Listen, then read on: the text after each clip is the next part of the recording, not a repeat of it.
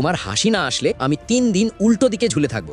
আচ্ছা। একবার রায়হান স্কুলে দেরি করে পৌঁছলো। টিচার জিজ্ঞেস করলেন, রায়হান তুমি এত দেরি করে এলে কেন? সবাই তো সময় মতো স্কুলে চলে এসেছে, তোমাকেও সময় মতো আসতে হবে আর সকালে তাড়াতাড়ি উঠতে হবে। রায়হান বলল, স্যার আমি তো সকালে খুব তাড়াতাড়ি উঠি, কিন্তু যখন আমি স্কুলে আসার জন্য বাস স্টপে দাঁড়িয়েছিলাম তখন একটা বুড়ো লোকের পকেট থেকে 500 টাকার নোট পড়ে গিয়েছিল। টিচার বললেন, ও তাই নাকি? তাহলে তুমি ওই বুড়ো লোকটাকে টাকা খুঁজে পেতে সাহায্য করছিলে, এই জন্যই দেরি হয়ে গেছে। খুব ভালো কাজ করেছো। রায়হান বলল, না স্যার, আমি ওই বুড়ো লোকটার টাকা খুঁজে পেতে সাহায্য করিনি। টিচার অবাক হয়ে বললেন, তাহলে তুমি ওখানে কি করছিলে? রায়হান বলল, স্যার যখন আমি ওনার পাশে দাঁড়িয়েছিলাম ঠিক তখনই ওই বুড়ো লোকটা পকেট থেকে মোবাইল ফোন বের করছিল, আর মোবাইল বের করার সময়ই তার পকেট থেকে 500 টাকার নোটটা পড়ে যায়, আমি সেটা দেখে ফেলি। টিচার বললেন, তাহলে ওই বুড়ো লোকটার টাকা ফিরিয়ে দিয়েছো? তারপর রায়হান যেটা বলল সেটা শুনে তুমিও হাসি থামাতে পারবে না, কিন্তু সেটা শোনার আগে এই ভিডিওটা 3 সেকেন্ডের মধ্যে লাইক করে চ্যানেলটা সাবস্ক্রাইব করে দাও, আর হ্যাঁ, কমেন্ট করে জানাও তোমার ক্লাসের মনিটরের নাম কি। 3, 2, 1. তারপর রায়হান বলল, স্যার ঠিক তখনই আমি ওই 500 টাকার নোটটার উপর নিজের পা দিয়ে চেপে দাঁড়িয়ে পড়ি, এই জন্য আমি স্কুলে দেরি করে পৌঁছেছি।